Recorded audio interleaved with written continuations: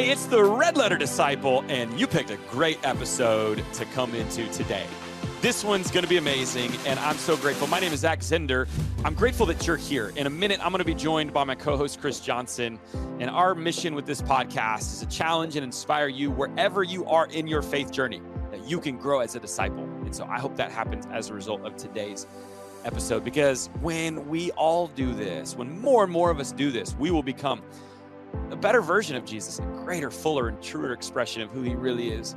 That's what's going to change the world. And so today's guest, Nona Jones, is going to help us with that. She's actually coming on book release day, September 27th. She's getting a new book out there called Killing Comparison. That's something we could all need, right? To kill the comparison in our lives. Why do we need to kill comparison? Where does it come from? And I want to talk about her journey with it so she can help us in our journey. And I also want to talk about social media. It's around, we all know it. Many of us have it. Is it possible to actually use social media for God's glory? There's nobody better to ask than Nona, who is Facebook, Meta's global faith-based partnerships leader. So I'm really interested in hearing her answers. And so I know it's going to be helpful to you. So I want to thank today our sponsor. Our sponsor today is the Art of Leadership Academy. I'm actually a member of this academy, and so too is my guest today, Nona Jones. And the Art of Leadership Academy exists with one goal. It's to help leaders lead healthier, growing organizations. It's filled with church leaders and business leaders. And many of us, let's be real, leaders, we're not equipped with the practical skills to lead a thriving mission. And as a result, sometimes our staff and our team members, they don't flourish. Sometimes we're not having the impact that we want, and our reach isn't what it could be. And sometimes it can feel even impossible to achieve the dreams that God's put inside of you of what could and should be. And so if you want to lead something that is more impactful than you're leading today, it's time to get the courses, the coaching, and the community that can take you there. That's all happening inside the Art of Leadership Academy, whether it's personal productivity or team leadership or leading change or online influence. All of this is in there. I have been greatly blessed to be one of the mentors in the Art of Leadership Academy, and I think you will love it. It's brought to you by Kerry Newhoff and his team, and he's got all of that for you. Courses, he's got community, coaching happening every single month, all for the fraction of what a typical conference or consultant would cost. So to learn more and to get access, instant access to every single course Kerry's ever done, and to join the academy, go to theartofleadershipacademy.com. As a member of the academy, I'd love to see and connect with you there. Come on, if you join, just search for my name on the app, send me a message, let me know you're in, and I can't wait to join, to be with you at the Art of Leadership Academy. You can go to theartofleadershipacademy.com, sign up today. Thank you, Kerry, and your team for putting this really awesome thing together. So here we go, episode 19 with Nona Jones. Let's do this. All right, well, on the show today, we've got Nona Jones, who we are so excited about to have. She is an incredible disciple of Jesus, who is the global head of faith partnerships for Meta, for Facebook, a pastor, an author coming out with a new book, Killing Comparison. So we're going to talk all about that with her. So welcome to the show, Red Letter Disciple, Nona Jones. How are you today? I am great. Thank you so much for having me. Happy to have you. I'm here with Chris Johnson, my pastor friend and co-host. And so, I would love to hear from you, Nona, being the head of global faith partnerships. I've heard before, you were going to dive right into it because it's a discipleship show, that you've said the church's goal, which I think is the individual disciples' goal as well, for social media should be discipleship. Yeah. So can you unpack that and let me know a few things for how we make effective discipleship happen on social media? Yeah, well, I do think that sometimes we get lost in the transactional nature of social media. You know, we think it's about posting and commenting and sharing, keeping up with friends' lives and what they're doing, and even people that we're not friends with. But in reality, social technology gives us access. It gives us access to people in ways that we would not normally get. So sometimes people will make posts on social media about challenges they're facing, difficulties they're going through. And that becomes an opportunity for us to show up for them and extend compassion, extend grace. I'm sad to say that doesn't always happen. I have seen instances where, someone transparently shares something they're going through and people just kind of pile on and continue to tear them down and degrade them. But I do think that it provides an opportunity for discipleship, because if we steward our social platform correctly, meaning we steward it for the glory of God, we'll be very careful about everything we post. We'll be careful about what we say. We'll be careful about how we show up for people. And so I coined the term social ministry as opposed to social media, because we have to remember that everything we do as believers is an opportunity to bring others closer to Jesus.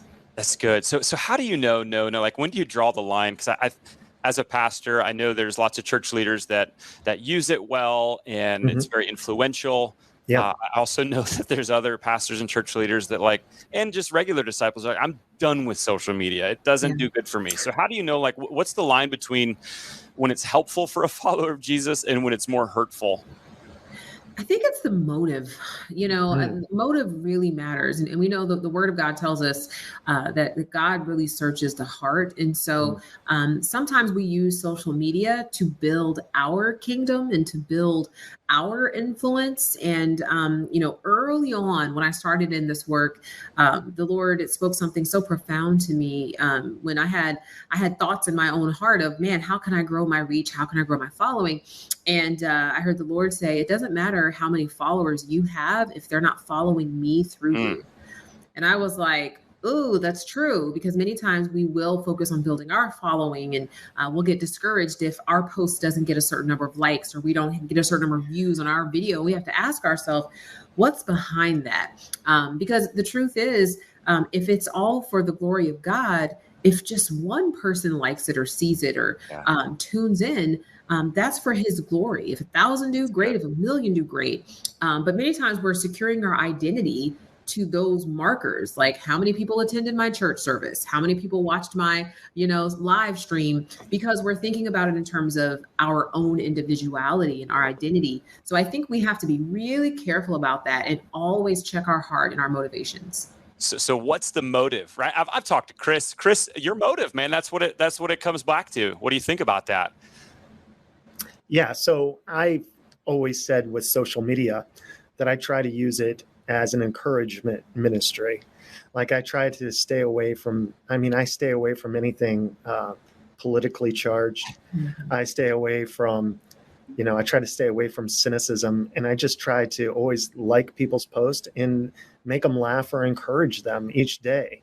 And I just, Nona, I have worked with youth for 19 years, and I've seen the effects. Just the other day, I had a girl in my class, and she was talking about how she wanted to make some body adjustments to her because she wasn't getting enough likes. And this is a 12th grade theology class. And so I just stopped the entire class and I said, wait, did I just hear you correct? Like, you're that concerned about likes that you would alter your body to get more. Like, let's talk. And we just threw the playbook out and started talking. And I love what you're writing about, like comparison. Not to dive, I know Zach's going to talk about that later, but oh my goodness, I think that so many times with social media, like especially with young people, it can be such a comparison trap. Like, and I have to constantly tell my own kids, hey, listen, there's always going to be somebody out there smarter, and don't let it be something to depress you. Let it be something to encourage you if you're going to use this. I don't know. And I'm sure you've seen that as the director of and working in Facebook so much, like that some of those traps that we talk about. Yeah. And I think what's interesting is, social media tends to get blamed for causing insecurity. Yeah. And while I do believe that social media exposes insecurity, I don't believe it's the source, because insecurity predates Snapchat, TikTok, Facebook, Instagram. It predates all of that. Right. And one of the insights that I had, which actually led me to write Killing Comparison, is I realized that insecurity is not about self-esteem. Like sometimes what'll happen, because I'm a parent, I have two boys, 9 and 12. What we'll do is when our children start to show signs of insecurity, we will try to boost their self-esteem. We'll tell them, hey, you're good enough, you're smart enough, and people like you, right? That's what we do. But fundamentally, what what insecurity is it's a question of, what is your identity secured to? Because if your identity is secured to a stable, firm foundation, you're not going to be subject to the shifting currents of people's opinions and trends and their approval. But if it's secured to an insecure foundation, such as physical appearance, what makes physical appearance an insecure foundation is that two things. One, physical appearance changes over time. It just does. And so the so-called standard of beauty, it ends up becoming this impossible to reach place, because no matter how much surgery you have, you're going to age. Metabolism is going to slow down. Things are going to happen. No kidding. Listen, I'm a witness. That's why physical appearance is an insecure foundation, is because people's standard of beauty changes. I mean, if you look at pictures of, let's say in the US, Marilyn Monroe, right? She was very curvy, very voluptuous. And now the standard of beauty is like extremely skinny and almost emaciated, right? Right. And so you end up pegging your identity and securing your identity to something that's insecure, and that makes you insecure fundamentally. So I know we have about 15, 16 minutes left. I have something, kind of an off the wall question I want to ask you, if you don't mind. I imagine that you spend a majority, and now you've got so many irons in the fire. You're a pastor, you're a mom, you have this big gig at Facebook. And I don't even know, I can barely maintain one job, and you have, and you're writing a book. Somehow you had time to write a book. Are you kidding me? But here's the question. And I'm just curious, because I've never spoke to somebody in the inner side of Facebook. When you guys heard that Elon Musk was potentially buying Twitter, what did that mean for some of the employees? And did that rattle, or did that not rattle, but did you guys talk about that as like an internal team, or did you just kind of think, guy's not going to do it anyway, and it's not going to affect what we do anyway? Yeah, well, I can't speak for the company, but I can say certainly anything that happens in tech, we're always paying attention to, just because clearly, that's the sector that we're in. And so we're always interested in trends. And so it was really more so about just kind of seeing how it would play out. Yeah. I wouldn't say it was something that was worrying or concerning for us. It was more so well, let's see where this goes. And so it kind of became its own drama. And I'm anticipating that we're probably going to see some sort of a biopic about that situation at some point. But yeah, it was just something we kind of followed individually just to see what the outcome would be. It really was strange the whole way that the whole thing played out, one day we thought he was going to drop a few $1 billion, and then nope, I guess not. And it would change the algorithms, and we've already figured out the algorithm. Yeah, have we figured out the algorithm? Yeah, I don't know if we have, but Nona, you have a book coming out today. That's just awesome. It's called Killing Comparison: Reject the Lie That You Aren't Good Enough and Live Confident in Who God Made You to Be. Love the title. Super awesome book. I had a chance to read through it in preparation for this, and so I heard a little bit of the insecurity talk already. Is that what led you to write this book, or why is this book personal for you? Well, I'll tell you. So what actually kicked off the book, and I never intended for it to be a book, by the way, back in 2020, like other speakers, I had a full year of engagements. I was supposed to be speaking all over the US. I was going to be speaking in Singapore and India and Europe and Africa and Brazil, and it was going to be amazing. I had 2 books coming out. It was going to be an awesome year. But then, of course, the pandemic happened, and so events got canceled. And so I had a clear calendar all of a sudden. And then one morning, I went onto Instagram. I typically will just respond to comments in the morning. And I caught a glimpse of my news feed before I went to my notifications. And I saw a post from a friend of mine who was announcing the exciting news that she would be speaking at this huge women's conference that normally met in person but it was going online because of the pandemic. And so I saw the post and I was like, oh, that's really cool. And I scrolled down a little more, and there was another friend of mine who was excited to announce that she was speaking at that conference. And I scrolled down a little more, and there was another one and another friend and another friend. And it got to the point that I knew all of the speakers, I knew the host, and my mind began to race with questions like, why wasn't I invited to speak? Yeah, right. Why was I overlooked? Why wasn't I good enough? Why her, not me? And it got so bad that I clicked on I clicked on my friends' profiles, and I was like, well, how many followers do they have in comparison to me? I went to their website and I was just like, well, where else are they speaking at in comparison to me? Yeah. And as I was doing this whole, what I call comparison calculus to try to figure out where do I match up in relation to them, I heard the Holy Spirit say, Nona, why does it matter? Like, why does this matter? And the only thing I could think of is I was like, well, it matters because there's this huge event happening and there's going to be thousands of people watching and I'm not speaking at it. And the Lord was like, so do you think you only matter to the extent of the speaking invitations you receive? And I was like, no, I know what your word says. I'm fearfully and wonderfully made. I'm a peculiar people, a royal priesthood. Before I was formed in the womb, I was all this stuff, right, that we know. And the Lord said, Nona, see, your problem is not what you know in your head. Your problem is what you believe in your heart. And because your identity is secured to speaking invitations, because your identity is secured to people's approval, you are insecure. And if you would have told me before this whole thing happened, if you would have told me, no, I think you're insecure, I would have said that is a lie from the pits of hell, because look at all that I've done. Right. Look at all that I've accomplished. How could I be insecure? But it was really the Lord making me see me that helped me to realize, number one, I was insecure at that point. And number two, it's so subtle. Yeah. It's subtle. And really what it is it's comparison-born insecurity. Insecurity is a derivative of comparison and trying to figure out, how do I measure up? How do I stack up against somebody else? And over the course of about a year, I was doing a lot of self-work.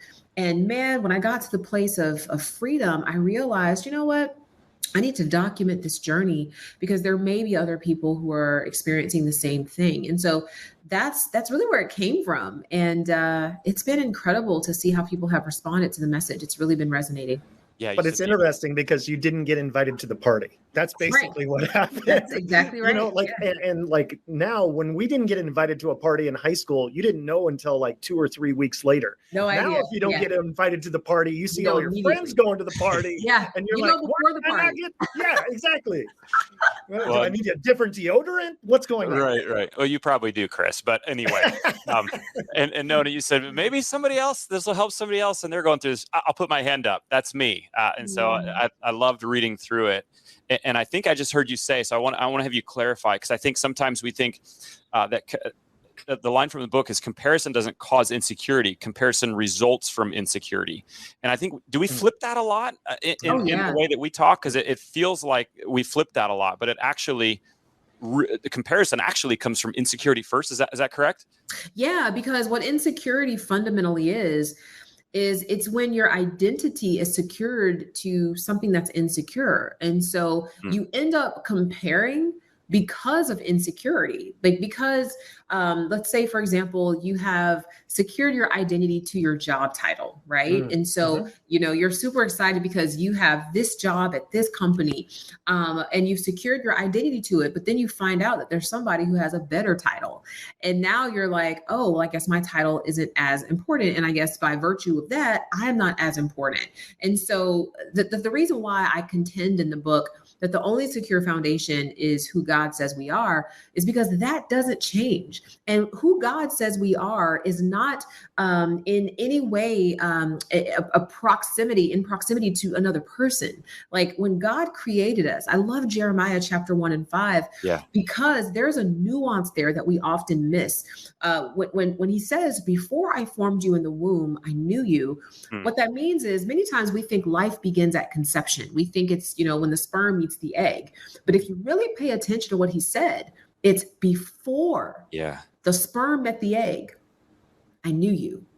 which means that there was intentionality and there was purpose and there was grace on us before conception. And when you really understand that, you understand that there is no other person, there's no man, woman, boy, or girl walking this earth who has more value than you do in the eyes of God. And therefore, that's the only secure foundation that our identity should be secured to.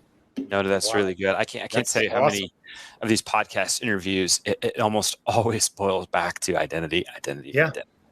Crazy. So the book focuses on a biblical character that I don't think gets enough love. It's Jonathan, David's friend Jonathan. And so I think that's cool. Yeah, everybody always talks about David. Correct. Right. So if I'm comparing him to other biblical characters, which I think your book tells me not to do, in comparison, right? Not many books have been written about Jonathan, but what about his story stuck true to your story, that you would include him as kind of one of the main characters in it? Well, here's what's funny. Like as many times as I've read through the book of 1 Samuel, like I've never studied Jonathan's life. And so God does everything perfectly. And I happened to be going through the book of 1 Samuel at the exact same time when this whole thing went down with not being invited to speak at the conference. And when I got to chapter 13, and Jonathan shows up on the scene, he's not even mentioned as Saul's son. It's just his name just appears, right? And so Saul gets all the headlines, David gets all the headlines, but there was something that happened in 1 Samuel chapter 13 where it's a scenario where Israel and the Philistines are at war, a war that Jonathan started, by the way. That's a whole other detail we'll talk about later. But so they're at war. And the Bible says that Israel had no weapons because the Philistines basically forbid any blacksmiths to be available because they thought that, they'll make weapons. And so the only people who had weapons at that time was Saul and Jonathan. They were the only people. And where I think my interest got really piqued when it came to Jonathan is when you get into chapter 14, there's a scene where Saul is sitting under a pomegranate tree with his weapons and 600 soldiers. And Jonathan takes his weapons and his one young armor bearer, and he goes by himself to a Philistine outpost, and he defeats like a dozen Philistines by himself. And when he did that, it catalyzed this major confusion where the Philistines started to kill themselves, basically. And so it was in that moment, because he said in 1 Samuel chapter 14:6, the reason why he went there is he said, nothing can hinder the Lord from saving, whether by many or by few. So whereas Saul was sitting under a pomegranate tree because he didn't feel like he had the weapons and the armies to defeat the Philistines, Jonathan knew that it wasn't weapons or armies that defeated anything. It was God. And when you have God on your side, there is no man who can oppose you. And I think that mentality is what allowed him to not be threatened by David. Because if you think about it, many people think that David was a threat to Saul. That's not true. Saul was king. He even said in 1 Samuel chapter 20, I think it's like verse 31, he says to Jonathan, when Jonathan is protecting David and he's making excuses and he's defending David, Saul says to Jonathan, do you not know that as long as the son of Jesse lives, as long as David lives, neither you nor your kingdom will be established? And despite that fact, that David was a threat to Jonathan, David was a threat to Jonathan's kingdom, Jonathan was so secure in who he was that he looked at David as a brother. I mean, he gave David his weapons. There was a scene that we're all familiar with when Saul and David return back to town from battle, and Saul overhears the people singing, Saul has killed his thousands and David his tens of thousands. And the Bible says that in that moment, that's when Saul began to eye David. He became jealous. But in that same scene, Jonathan goes over to David, gives David his garments and his weapons. And when I saw that, I realized Jonathan is the hero of this story, not David, and certainly not Saul. It's Jonathan, because Jonathan proves to us that God's favor on somebody else's life is not a threat to the purpose that he's placed within our own. That's wow. And that's awesome. That's why I threaded that story throughout the book, because if you want to kill comparison, you have to learn to celebrate the victory of others instead of seeing them as a threat. Amen. That's so good. Okay, so you talk about in the book, because it's called killing comparison, but can comparison ever be a good thing? Like, is there a Yes. healthy comparison sometimes? Talk to me about Yeah. that. I'm so glad you brought that up. So yes, comparison in and of itself is actually relatively neutral. I mean, comparison, I think, is something that we do naturally just because we have eyes. So we see things, right? But comparison can take one of two forms. And in the book, I liken it to the physiological process by which we inhale air. All right. So when you inhale air, when you take a breath, what it does is it fills your lungs. It makes you feel invigorated. It makes you feel alive. That's a process known as inspiration. When you inhale air in your lungs, you inspire air and it invigorates you. That's what healthy comparison does. When you see somebody else and they're successful and you're inspired by their success, that's healthy comparison. Mhm. On the flip side, when you exhale air out of your lungs, that's the physiological process known as expiration.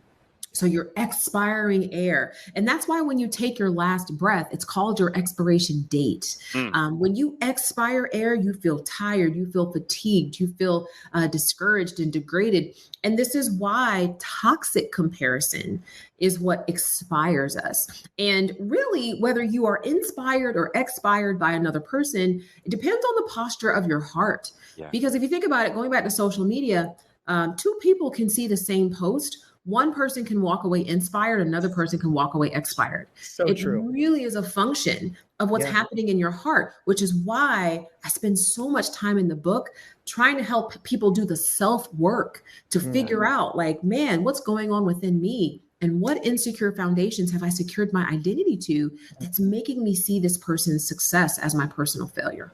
That's good. Wow.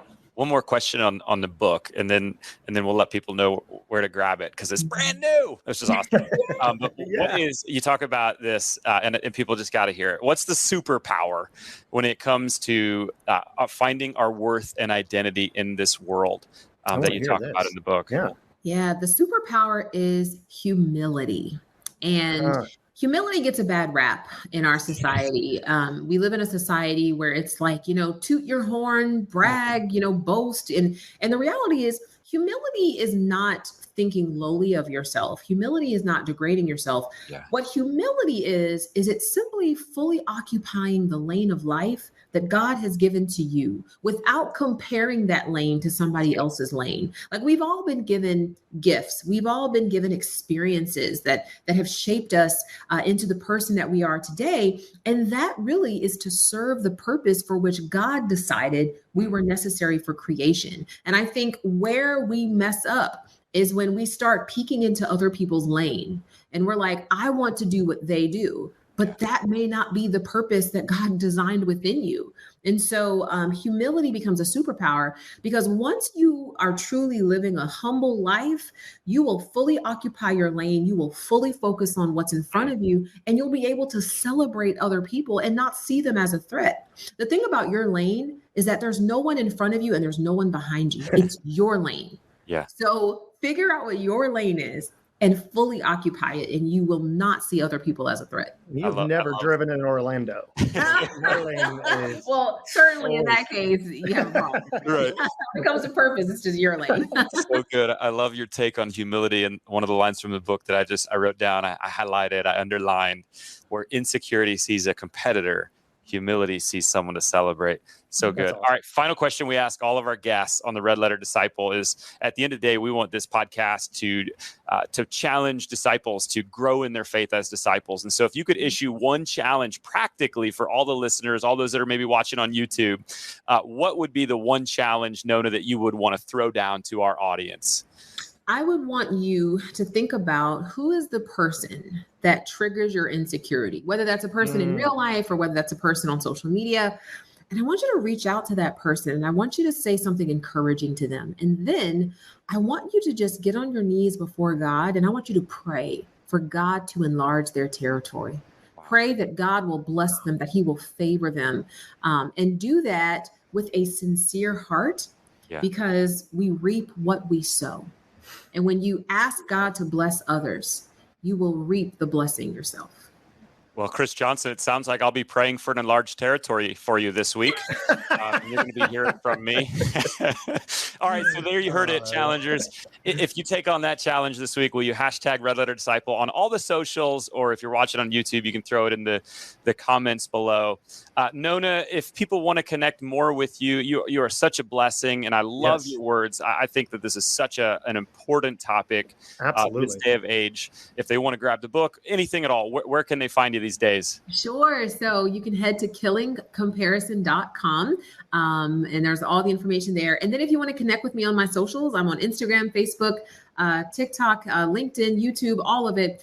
Same username at Nona, not Nora. Nona, not Nora. Right. I like it. Nothing wrong with Nora. We're not comparing ourselves to Nora. But hey, listen, if I had Nora Jones's bank account, I would be in good shape.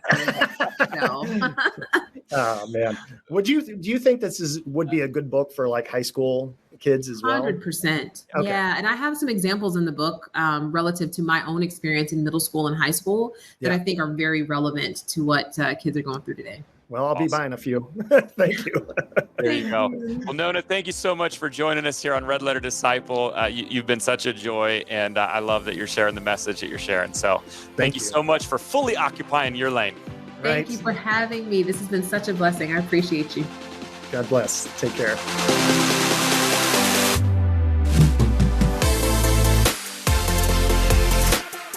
What an amazing conversation. Nona, thank you for coming on today. And I'm praying that you have a killer book launch day today, September 27th, and that a lot of people are killing comparison because of you. That's awesome. So, hey, to see Nona and access any of her works, to check out her book, any of the links mentioned, every single week we provide show notes, which have all the links to get with the guests, to get with us, and to connect with the sponsor. We put the key insights, sometimes even the not so key insights, some of the funny stuff that comes up in the episodes, all in one convenient place for you. And that's at redletterpodcast.com. There as well, you can see all the other past shows, connect with us at Red Letter Disciple. Hey, next week is going to be awesome. So thank you, Carrie Newhoff. You're sponsoring. Nona Jones and myself are two of about 40 mentors in the Art of Leadership Academy. And we want to see you in there. If you want training, if you need courses, if you just want a community of like-minded people to throw ideas and questions at, this is a really, really awesome network. So you can go to the artofleadershipacademy.com to sign up today. I hope to see you there. If you come on in, send me a message through their app and let me know you're in, and let's connect there. Next week, Bill Woolsey is coming on to the show. Bill left, actually, the pastoral ministry, and he became a leader of a business called 5-2, which is an organization that helps start new ventures, new kingdom ventures. So we have a great conversation about entrepreneurs, about how his business combines like Mother Teresa and a Mark Cuban philosophy. I think it's pretty cool. And what stops some of us from creating new ventures or new things in our life, from doing new things in our life? So it's a really awesome conversation. And I even get a chance to pitch a business idea to Bill, who is like the guy to pitch ideas to. And he tells me whether it's great or maybe he shoots it down. We'll see what he says. And you're going to find out more. What a cliffhanger. Come on back next week. And here's the way we know you're going to come back. If you subscribe or follow, it'll automatically show up in your feed next Tuesday. And while you subscribe or follow and hit those little buttons, we hit the 5 stars, and kudos and even more points if you can give us a 5-star review. That means the world to us, allows us to be able to keep doing this. And so we'll see you back next week on the Red Letter Disciple with Bill Woolsey.